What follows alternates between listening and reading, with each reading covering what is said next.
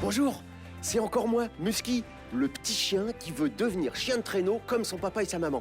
Mais en attendant d'être assez grand pour pouvoir mettre un harnais et tirer un traîneau, je suis allé voir les champions de l'Odyssée des chiens de traîneau. C'est une course de plus de 400 km qui se court en hiver dans la montagne. Cette année, il y a 28 attelages qui participent. Ça veut dire plus de 500 chiens, 28 mushers, c'est ceux qui conduisent les traîneaux, et des dizaines de handlers. Eux, ils aident les mushers à s'occuper des chiens. Si on ajoute les organisateurs de la course, les vétérinaires et le public qui vient voir la course, ça fait encore beaucoup plus de monde. L'Odyssée des chiens de traîneau, ça fait comme un grand village où tout le monde vit ensemble pendant 12 jours. Et dans ce village, tout le monde arrive à bien s'entendre. Et surtout, à bien se comprendre, même entre les hommes et les chiens.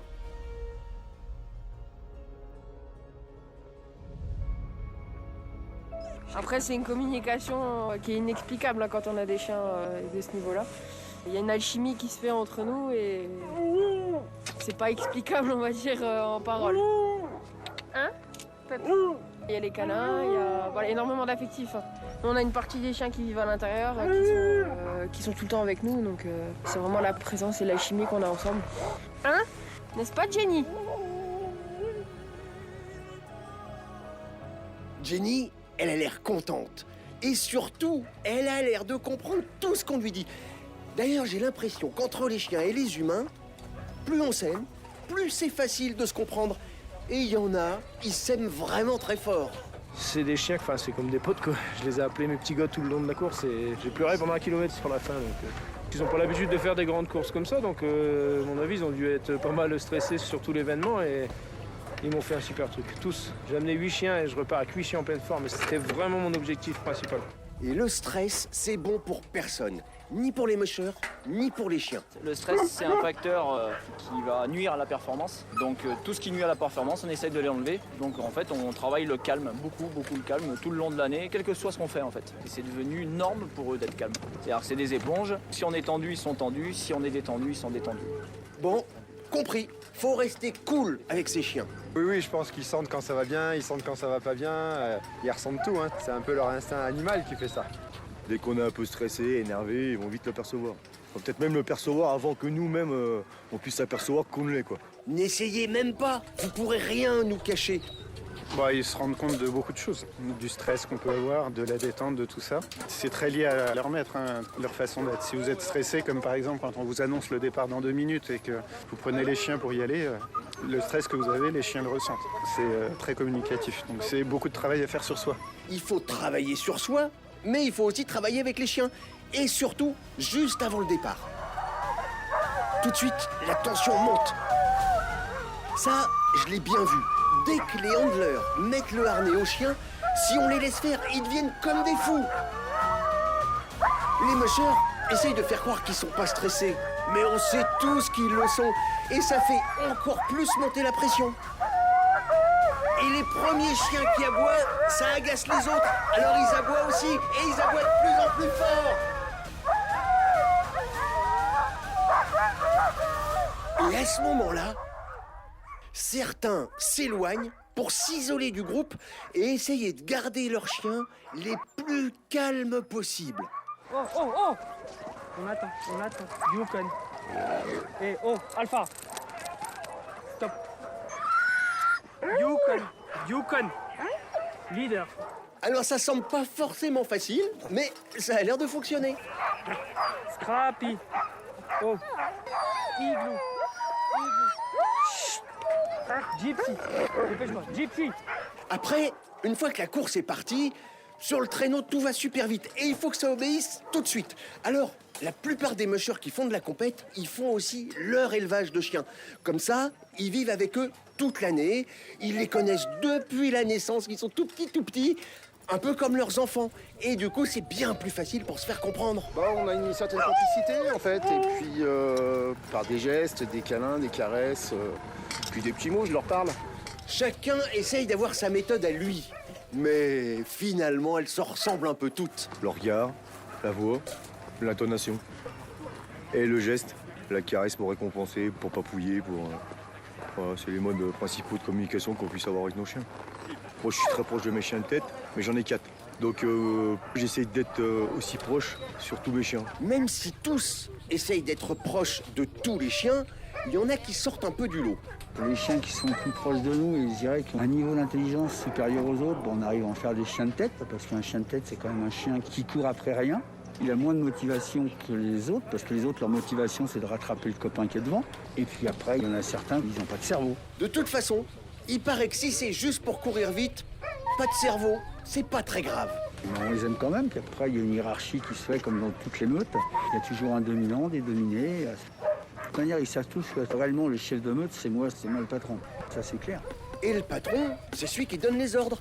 Mais comme les chiens, ils peuvent être 6, 8 ou même 12 pour tirer le traîneau, ça sert à rien de donner les ordres à tout l'attelage. À droite. Ok. À droite, Django. Ok. Allez, emmène-les. Ok. Nos interlocuteurs privilégiés sont les chiens de tête, puisque c'est eux qui vont nous donner les directions. Alors ça, c'est les répétitions à longueur de temps aux entraînements. Prendre une série de virages à droite, répéter tout le temps. Après, il faut faire pareil avec la gauche. Il y en a, ça marche, et il y en a, on aura beau le faire autant de fois que les autres, ça marchera pas, quoi. Ça, c'est justement les fameux qui n'ont pas de cerveau. Puis après les autres, effectivement, ils sont attentifs à ce qu'on peut dire, mais ils sont un peu plus dans leur monde quand ils courent. Alors autant les laisser tranquilles. Ceux qui sont au milieu, on leur apprend pas les ordres. Parce que pour les changements de direction, ils servent à rien. Bon, mais alors c'est pas le tout de donner des ordres. Quand on conduit un traîneau, que ça soit en compétition ou pour se promener, c'est quoi les ordres? Moi, je leur dis à droite, c'est droite, gauche, devant, galop. C'est gauche, droite, devant, galop, doucement. Droite, gauche, stop, galop, pour accélérer. À mon niveau, je n'ai pas besoin de plus. Donc, les ordres, si c'est à peu près les mêmes pour tous les mushers, ils ne les donnent pas tous en français. En fait, bon, il y a le langage de tous les jours, on leur parle en français, calmement, posément. Et puis après, il y a le langage qu'on utilise à l'attelage. On utilise un langage international en fait, parce que c'est des mots qui sont très très courts. On leur donne le décompte pour partir, hein, c'est 3, 2, 1, ok. Ils doivent pas bouger avant. Et ensuite, c'est Ha pour aller à gauche, J pour aller à droite, OK pour aller devant, O pour ralentir et s'arrêter. C'est tout.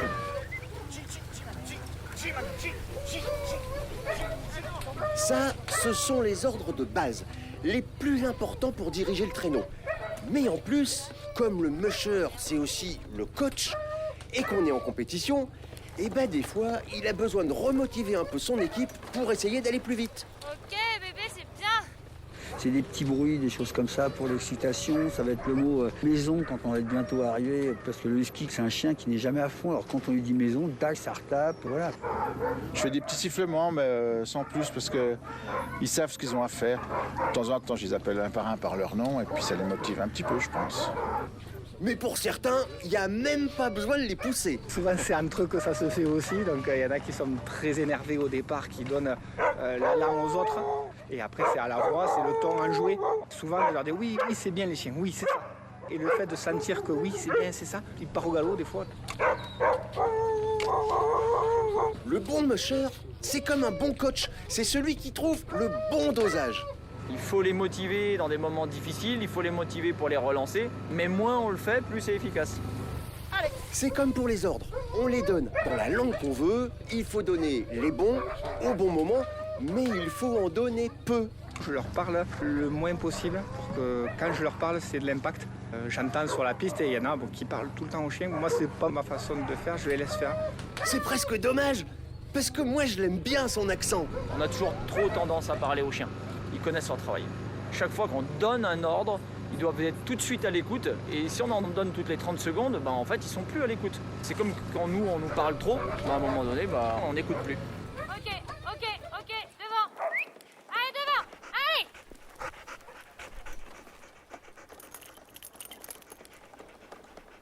J'espère que je vous parle pas trop, hein, parce que j'ai encore des trucs à vous dire. Un truc extraordinaire, par exemple, c'est que certains, pour essayer de bien se comprendre avec leur chien, ils font appel à des gens spécialisés. J'ai une personne qui fait ce qu'on appelle la communication animale. Donc c'est des gens qui sont en capacité de rentrer en communication avec vos chiens, même à distance. Et c'est très bluffant en fait. Ça permet d'avoir quelqu'un en fait qui fait le traducteur pour vous, du langage chien au langage humain. Après par contre, il faut être conscient d'une chose. Communiquer avec un animal, c'est comme communiquer avec un adolescent. L'adolescent, vous lui dites quelque chose, il vous entend mais il vous écoute pas forcément.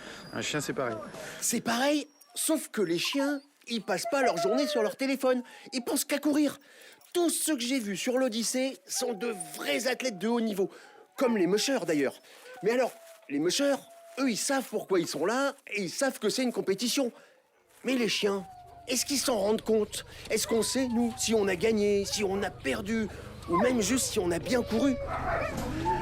Quand je descends du traîneau puis que je viens gentiment vers eux, puis je leur dis des petits mots doux, c'est nickel. Mais quand je prends ma grosse voix, là, ils sont malins, ça, ils savent. Après, ils ressentent qu'on est content et ils ressentent qu'on ne l'est pas, ça c'est sûr. Mais est-ce qu'ils associent ça à une victoire ou une défaite ou quoi que ce soit? Non. Non. Finalement, comme dans tous les sports, le plus important, c'est peut-être pas la compétition, c'est le plaisir qu'on prend à y participer. Ouais, ils en prennent du plaisir. Là, je pense que vraiment, ils en ont beaucoup pris parce qu'en plus, je me surprends souvent à les voir un peu tête en l'air. Regardez, là, ils lèvent la tête et puis ils voient le même paysage que nous, ces montagnes magnifiques. Donc il y a des moments, le soleil qui joue à cache-cache entre les arbres et tout, et je les vois lever la tête et tout. Donc ouais, ils prennent vraiment du plaisir. Ils regardent les petites choses, des oiseaux, des choses comme ça. Et ils courent en gambadant, quoi. C'est super chouette.